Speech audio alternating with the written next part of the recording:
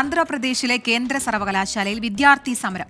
പെൺകുട്ടികളുടെ ഹോസ്റ്റലിൽ തുടർച്ചയായി സുരക്ഷാ വീഴ്ചയുണ്ടാകുന്നതിനെതിരെയാണ് മലയാളി വിദ്യാർത്ഥികൾ ഉൾപ്പെടെ പ്രതിഷേധിക്കുന്നത്. മുഹമ്മദ് റഹീസ് ഉണ്ട് ചെന്നൈയിൽ നിന്ന് കൂടുതൽ വിശദാംശങ്ങളുമായി. മുഹമ്മദ് റഹീസ്, ഈ സുരക്ഷാ വീഴ്ച എന്ന് പറയുമ്പോൾ എന്തൊക്കെ കാര്യങ്ങളാണ് വിദ്യാർത്ഥികൾ പറയുന്നത്? അപ്പം ഇതിൽ ഹോസ്റ്റൽ അധികൃതരുടെയോ അല്ലെങ്കിൽ കോളേജ് അധികൃതരുടെയോ ഭാഗത്ത് നിന്ന് ഒരു ഇടപെടൽ ഉണ്ടായിട്ടില്ല ഇതുവരെ?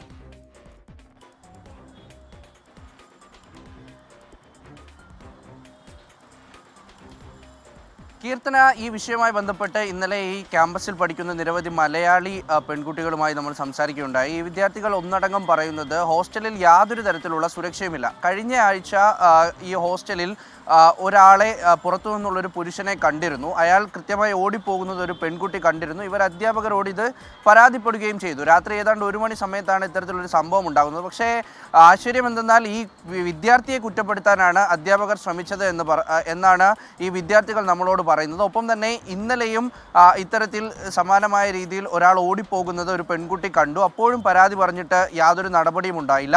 ഇതിന് പിന്നാലെയാണ് ഈ വിദ്യാർത്ഥികൾ മാധ്യമങ്ങളോട് സംസാരിക്കുകയും ഒപ്പം തന്നെ സമരം തുടങ്ങുകയും ചെയ്തിരിക്കുന്നത്. വിദ്യാർത്ഥികൾ ഒന്നടങ്കം ഇന്നലെ രാത്രി തുടങ്ങിയ പ്രതിഷേധം ഇപ്പോഴും തുടരുകയാണ്. ഇതിനിടയിൽ സർവകലാശാല അധികൃതരുടെ ഭാഗത്തു നിന്നുണ്ടായ ഒരു ഇടപെടൽ അവർ പോലീസിനെ അറിയിച്ച് വിദ്യാർത്ഥികളെ ഇവിടെ നിന്നും ഓടിക്കാൻ ശ്രമിച്ചു എന്നുള്ളതാണ്. പക്ഷേ പോലീസ് ഇടപെടലിനെയും കൂസാതെ വിദ്യാർത്ഥികൾ ഇപ്പോഴും സമരത്തിൽ തുടരുകയാണ്. ഇവർ ഇതിനിടയ്ക്ക് ഒരു ചർച്ച വിളിക്കുകയും ചെയ്തു. പക്ഷേ ചർച്ചയിൽ വിദ്യാർത്ഥികൾ സമരം അവസാനിപ്പിക്കണം എന്നതല്ലാതെ മാനേജ്മെന്റിന്റെ ഭാഗത്തു നിന്ന് എന്ത് കൃത്യമായിട്ടുള്ള ഉറപ്പാണ് നൽകാൻ കഴിയുന്നത് എന്ന് വിദ്യാർത്ഥികളോട് പറയാൻ ഈ മാനേജ്മെന്റ് തയ്യാറായിട്ടില്ല. മലയാളികളടക്കം 150-ൽ പരം വിദ്യാർത്ഥികൾ പഠിക്കുന്ന, അവർ താമസിക്കുന്ന ഒരു ഹോസ്റ്റലാണ്. ഇവിടുത്തെ ചില ദൃശ്യങ്ങളൊക്കെ നമുക്കിവർ അയച്ചു തന്നിരുന്നു. അവിടെ ഒരു ലഹരി വസ്തു ഉപയോഗിച്ചുകൊണ്ടുള്ള അതിൻ്റെ ഒരു കവർ അവിടെ നിന്ന് കാണാൻ കഴിഞ്ഞിട്ടുണ്ട്. ഒപ്പം തന്നെ ഗേറ്റിനും വാതിലിനും ഒന്നും കൃത്യമായ പൂട്ടില്ല.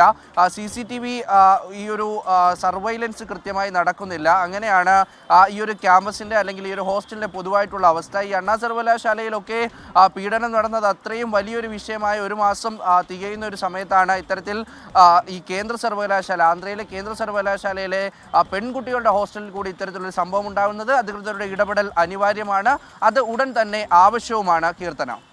ശരി, മുഹമ്മദ് റഹീസാണ് വാർത്തയുടെ വിശദാംശങ്ങൾ നൽകിയത്. മലയാളി വിദ്യാർത്ഥികൾ അടക്കമുള്ള ഹോസ്റ്റലാണ്. ഹോസ്റ്റലിൽ മറ്റു പുറത്തുനിന്നുള്ളവർ കയറുന്നു തുടങ്ങിയ ഗുരുതരമായ സുരക്ഷാ വീഴ്ചകൾ അവിടെ ഉണ്ട്. പക്ഷേ ഇതുവരെ അതിലൊരു ഇടപെടൽ ഉണ്ടായിട്ടില്ല.